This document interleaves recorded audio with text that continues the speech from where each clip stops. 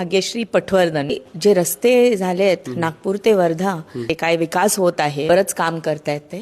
आपल्या सगळ्यांना माझा नमस्कार मंडळी. भारतीय जनता पार्टी प्रचार रॅलीमध्ये त्यांच्या प्रचारासाठी आलेल्या भाग्यश्रीजी आता आपल्यासोबत आहेत आणि त्यांना मी असं विचारू इच्छितो की मॅडम तुम्ही मराठी सुद्धा बोलता आणि हा इंटरव्ह्यू आता मराठीमध्ये आपण करूया, चालेल ना? मराठी म्हणजे भाग्यश्री पटवर्धन, मी सांगलीची, तर मराठीमध्येच बोलणार ना. बरोबर बरोबर.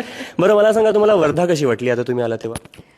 ॲक्च्युली बऱ्याच वेळानंतर मी येते वर्ध्यामध्ये, तर मला असं वाटलं की जे रस्ते झालेत नागपूर ते वर्धा इतकं स्मूथ झालंय, म्हणजे मला असंच वाटत होतं की मुंबईचे असे कसे नाही रस्ते. म्हणजे मुंबईपेक्षा जास्त वर्धा थोडा ॲस्पायरिंग आहे.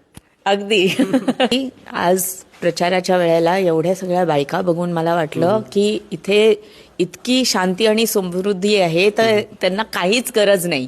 कारण इतके सुखी जीव वाटले सगळेजण.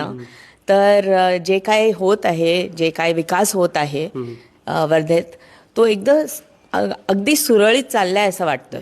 तर आपण काय समजावं, भारतीय जनता पार्टी तुमचा पॉलिटिकल इंटरेस्ट आहे की तुम्ही त्यांना सपोर्ट करायला आलेलात? फक्त समर्थन. फक्त समर्थन. कारण मला वाटतं की आपल्या देशासाठी सुद्धा बरंच काम करतायत ते. आणखीन अगदी वर्ल्ड मॅपवरती इंडिया आलाय त्यांच्यामुळे. So only support. संपूर्ण समर्थन त्यांच्याशी आहे. अगदी. बरं, वर्धेच्या जनतेला एक काही लक्षवेधक थ्रू आपण आवाहन करू शकणार का?